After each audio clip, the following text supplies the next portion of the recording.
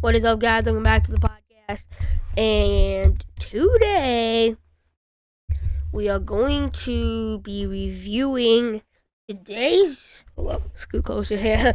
We're gonna review today's USHL games, and then we're gonna review yesterday's NHL games, and then we're out of here. We got a few big podcast episodes coming up. Tomorrow is going to be USHL Sunday. Make sure to join in there. It'll be 1 week from tomorrow. I'll be doing my USHL playoff predictions.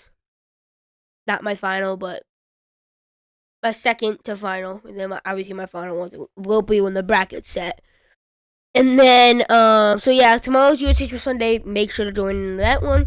And then on Monday is the season premiere, your season finale of season 8. I have a big announcement on that podcast episode, and it is NHL Monday. You have to check into that one. That one will be huge. And then on Tuesday, we have season premiere of season 9. I have a huge announcement, a monumental podcast changing announcement. You have to check that one. I've been mentioning it for a week or two, maybe at this point. It's huge. Please make sure to join in that one. And then after Tuesday, I have a few huge podcast episodes lined up back to back. So we have that one, and then the day after that, on Wednesday, we have my award predictions, late January, and then the day after that, on Thursday, January power rankings. So we got a few big podcast episodes lined up, and then we got Friday, Saturday, and then it's USHL Sunday. So then we'll be doing my playoff predictions. And then we got NHL Monday. We'll be doing my playoff prediction for the NHL in February. And then there. So we get a few big podcast episodes lined up before we get to reviewing yesterday's USHL games. Sean Monahan for the Columbus Blue Jackets is out 6 to 8 weeks with a wrist injury. So he's out for anywhere from a month and a half to 2 months. That sucks, dude. I'm hoping for a speedy recovery for him as well. Blue Jackets on fire. They won again in overtime today. Yeah. Let's get into it, shall we?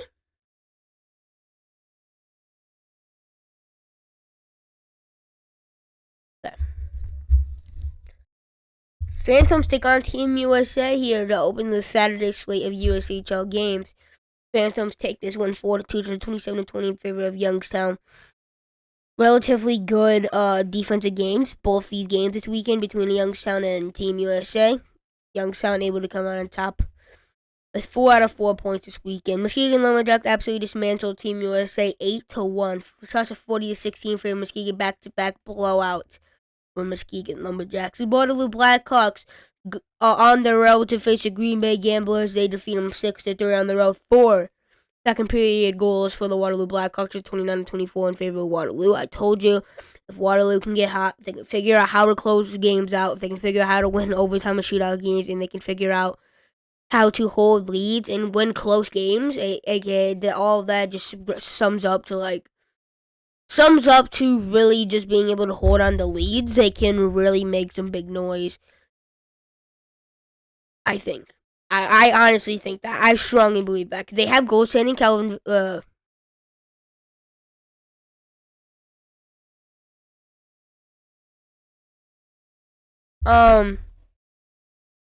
More of them was great. Not Alpha Moore. Alpha Moore is the Chicago Blackhawks prospect, but Moore and then Calvin Vacon are two great goalies that you never know what they can do. I mean, yeah. The offense is good. Power play is great. Penalty kill is good.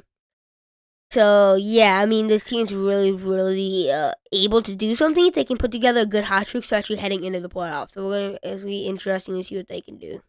Yeah. Lincoln Stars destroyed the Omaha Lynchers 9-3 at home, just a 67-23. Why every time Lincoln plays Omaha, they decide to put up 70 shots on their heads? What? This is not even a rivalry anymore. This is just a straight up. This is like a war crime. This has got to be some sort of like criminal. There's got to be some sort of criminal justice for Omaha. This got to be something. There's got to be somebody's got to step in and be like, yo, we got to help them. The helpless. Yeah. Hashtag save Omaha. This is actually going to leave it at that. The Sea Musketeers defeated the Wayne Buccaneers 4-1 at home. So it's 27-24 in favor of Sioux City. Des Moines is starting to slip away from Tri-City. Cedar Rapids Sioux Falls Stampede defeated Cedar Rapids Friday 32 in a shootout. So it's 36-26 in favor of Sioux Falls. Great goaltending performance by both goalies. Sioux Falls able to get to 2 points, and Cedar Rapids. Madison Capitals defeated Chicago Shield 3-2 on the road in overtime, which is 21-20 in favor of Chicago. Madison, not the prettiest game for Madison, only getting 20 shots and goal against one of the worst defense in the league, besides maybe Omaha. And the Chicago Steel, not very pretty because we know what the offense can be, but 2 points is 2 points at the end of the day. Get the 2 points, fix your mistakes from this game, move on to the next one. That's got to be their mindset heading into the next one. Yeah.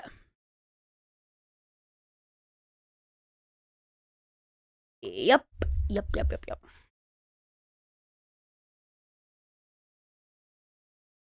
I'll put some Snapchat on, bro.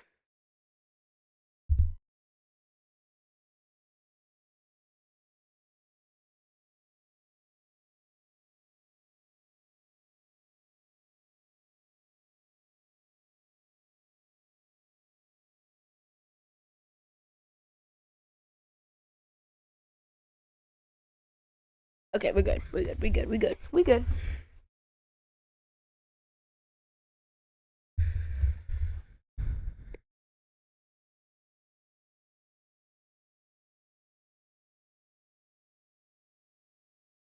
Okay, let's go straight into reviewing yesterday's game. Yesterday's NHL games. The Flyers take on the Islanders. Tyson Foerster, 13th goal season by Travis Konecny and Johnson, 14-14 into the first period. There's the Flyers, a 1-0 lead. Anthony Duclair, 4th goal season by Brock Nelson, Kyle Palmieri, 17-08 in the first period. Mohorvat, 17th goal season by Matt Barzal and Romanov, 18-03 in the first period. 2 Islanders goal within about a minute. I think actually less than a minute, about 55 seconds apart, I believe. 54 seconds? I don't know, not the exact math. But good morning to you too, Doug. Night, your morning.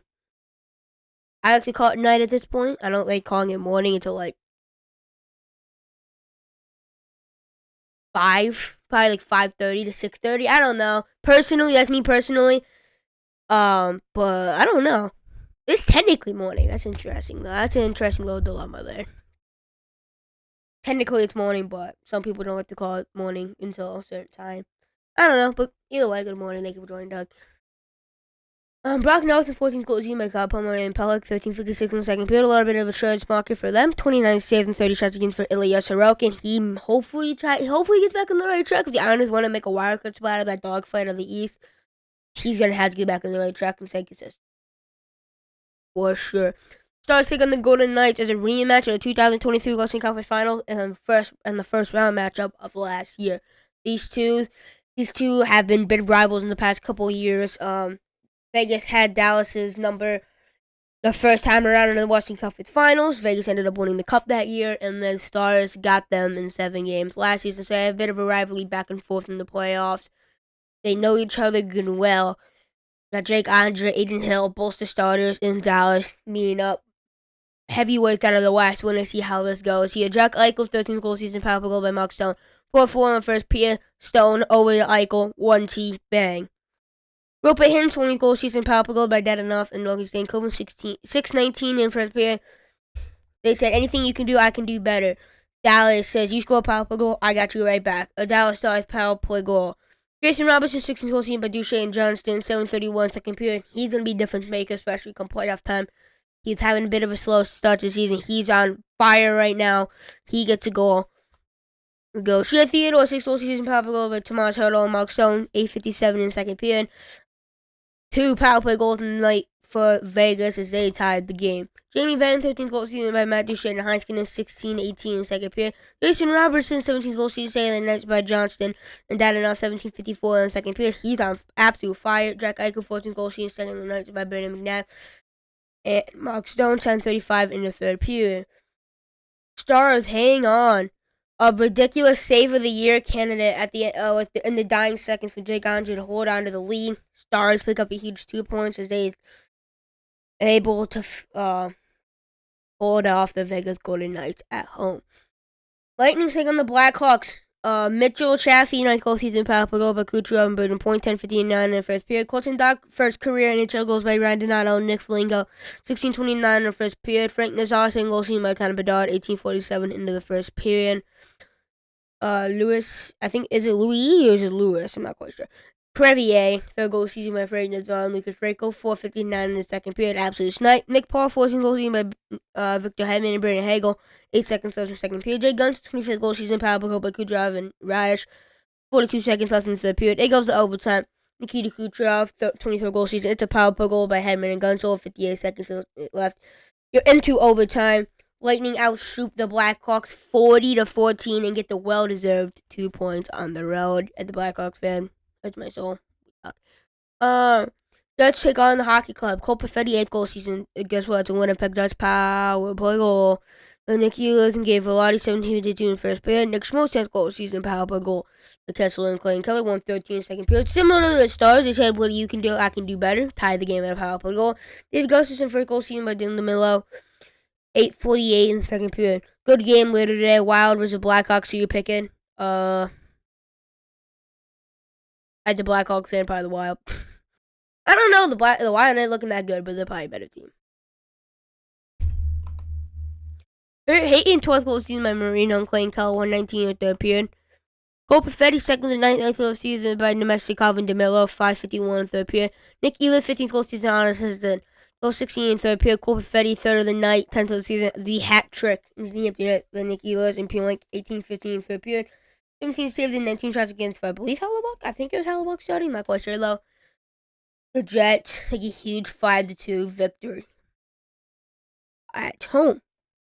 They continue to be one of the best home teams in the entire NHL. They're a dangerous threat coming into the playoffs. You know what? Since this was a pretty short podcast episode, and you know what? Do not judge my background. you guys see it on this podcast if you guys watch the podcast. Not that crazy, but since we have extra time, oh yeah, I forgot to say, Rangers agreeing close. I don't know. Rangers signed Will Borgen to a 5-year, $4.1 million extension. Yeah, average annual value extension, so $4.1 million per year. I was thinking it's at Chicago Wild. You better on the road. That is true. That's very true. Wild all very, very good road team. Yeah, that's true. That doesn't help. The Blackhawks case, but yeah. I would say a bit of an oversign for the Rangers, a bit of an overpay, but he's been great since he came to the Rangers, and to lock him up in a 5-year deal, I think it's good. Yeah, this isn't my thought. I got it out though. Back to what I was saying. Since we have extra time, oh my goodness, I keep seeing news. Penguins of getting Malcolm leaves game cracked with lower body injury. What happened?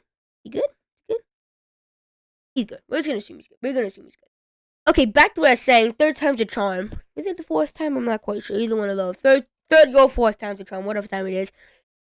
We're gonna look at the Avalanche's lineup, and I'm gonna try to explain to you guys with my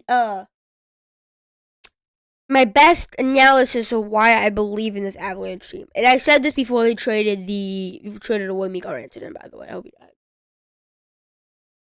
I had them winning the cup before. Not coming in this season. Coming in this season, I had the Edmonton Oilers winning the cup. And I think it's either going to be the Avalanche or the Oilers to go to the Stanley Cup Finals. I think that's going to be Western Conference Finals. I'm going to be one of the very few people to actually pick Colorado in this series if that does happen. I'm one of the very, very few people that actually have the Avalanche getting out of the West, let alone actually winning the cup. So, bit of a hot take here, and if it works, I'm a genius. If it doesn't work, I'm goofy. We'll see how this happens. If you look at the first line, Nathan MacKinnon, Marty Nietzsche, Jonathan Drouin. Jonathan Drouin's been great this season, especially Nathan MacKinnon. And Marty Nietzsche is great. I'm higher on Marty Nietzsche than a lot of other people. We've seen what he can do. He takes a sizable step this season. He's good offensively, and I think especially playing with MacKinnon, that first power play unit with MacKinnon and Cale Makar, playing with MacKinnon and Cale Makar on a regular basis is really going to awaken him again. I think he's going to be great for the Avalanche. I really like him. He has great speed. He's 25 years old. He brings great speed to the table, great skill to the table, great shot, lot of stuff that MacKinnon can work with. McKinnon obviously, can turn the game upside down, especially when he's a proven playoff performer. Nathan McKinnon, great player. Second line, Casey Middlestat, he hasn't been producing at the highest level he can, but we know what he can do. I do like him a lot. Arturi Lekkonen's a great player. And Parison is a good player too. Needs some more depth. Ross Colton, Jack Doherty, Logan O'Connor. Jack Doherty, not the greatest offensively, but he's definitely more defensive minded. Logan O'Connor, he's a good third liner. Ross Colton there. Nichushkin's normally gonna play there. And the second and third line, keep that in mind. I love Nichushkin a lot. This is the current line with the current injuries they have. Keep that in mind too. Joel Kiviranta, Pocket Kelly, Chris Wagner, pretty decent fourth line. I'm not gonna lie to you. So the forward core is pretty dang good. If you look at the D core, Devon Taves, Cale Makar, in the past 2 seasons, I'll say about the past 2 seasons, he hasn't been the greatest defensively. He's been pretty bad defensively. He's taken a really step up defensively this season. He's been great defensively this season. Really having a defensive resurgence this season. We're still producing highly offensively. Devon Taves has been playing great at his role. Sam Gerard, great defenseman. So Josh Manson, great top 4. Monsky and Middleton, I don't even think that's their main bottom core. I think Shelton. I'm pretty sure, did they give it to Shelton? I don't remember. Yeah, Shellington's there. Gabriel Lane's supposed to be coming back pretty soon. That'll help. I know he hasn't played in like 2 years, 3 years going on, like 3 years I think. So like 2 years. I'm gonna say 2 years. I think going on 3 years. It's gonna be a bit rusty, but I think by playoff time, maybe if he comes back soon enough, maybe it'll be kind of there. Miles Woods, it's a good forward piece when he comes back. Shellington's gonna play in the bottom pairing, and Valerie Nichushkin's day to day. He'll be back really soon too. I really believe in Mackenzie Blackwood. He's been ridiculously good this season. He's a great size. He's able to protect the top of the net. He's pretty athletic for his size. So, yeah, he's a great 10D. Scott Wedgwood's a great backup. I just believe in this Avalanche team. I think, and they're proven. If you look at the penalty kill has been, I think it's 15th in the league when I checked like 2 days ago, I think. The power play has been struggling. But as I explained before, Nathan McKinnon on the power play is great, right? Cale Makar, obviously great. Marty Nietzsche might not be a Mikko Rantanen, but I think he really works well on this power play because of play like Nathan McKinnon. Marty Nietzsche can play. He can make plays and he can finish.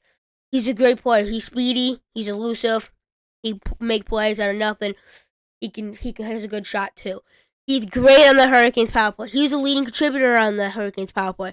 That Hurricanes power play is one of the best in the league. Where do you think the top scorers come from? It's been Marty Nietzsche on that power play. Him with Nathan McKinnon and Cale Makar is going to be a force to be reckoned with. Maybe he didn't show up today. It's the first game. He literally got traded yesterday. Give him at least like a couple games before he started jumping down the throat. Mikko Rantanen didn't get any points today, neither with the Hurricanes, so I don't want to hear it by anybody. Nelson Duran's been great. Terry Lekkonen's been great. Great for his power play unit. Ross Colton, Middlestat, Parison, Gerard, Devon Taves. If all of them can start playing to at least close to the full potential, that could be nasty. I think the power play's gonna turn it around pretty quick. This team just proven to play really great in the playoffs, and I just really believe in this team. Again, obviously, it's gonna be Oilers are top tier contenders, and if they make the cup and they even win it, I wouldn't be surprised. I'd be like, okay, yeah, that makes sense. Makes sense. It does make sense. It would 100% make sense to me at least. If we look at the Edmonton Oilers roster, your lines, let's look here. We're gonna imagine that Connor McDavid's here, right? Connor McDavid's coming back this next game, so yeah, because this was his last game without McDavid. So he's coming back. He would play in the first center with usually Hyman and I don't know usually, but the lines are great, right? I don't know exactly how they could just shuffle it around when McDavid comes back. Great. Forward core's great. We all know how the offense can produce, right? D-core on paper is not the greatest. I don't really like it, but it's been playing great and it's played great last year, right? Okay, that's great. Okay, moving on down here, the power play is obviously top tier. Penalty kills been questionable. Do not like the penalty kills. Stuart Skinner has been great. He's been great. Honestly, he's been slightly inconsistent, but I think he's been great this season, personally. John Klingberg's been out, but he hasn't even played. And then Connor McDavid coming back this next game. So yeah, we are going to see how that works.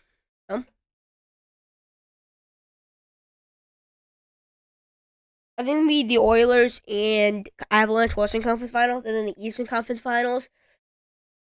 Oh my god, I don't know. I think the Leafs are gonna make it, and then it's either gonna be the Devils or the Hurricanes, in my opinion. Okay, and I was dead set on it being the Devils. But since they picked up Mika Rantanen for the and Taylor Hall, really helps their forward core out a lot. But the Devils forward core is nasty in general. I don't really like the Hurricanes goaltending that much. I don't know. I think that series would go to 7 games, and you're gonna have to wait until tonight. I mean, am I kidding? Yeah, no, I'm not kidding. I'm kidding. I am kidding. I'm done saying I'm kidding. I'm done saying kidding. After that, I'm done. Okay. I'm going to take the New Jersey Devils. Because I trust Jacob Markstrom more.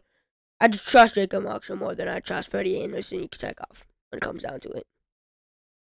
That's all it is. But yeah, that's gonna do it.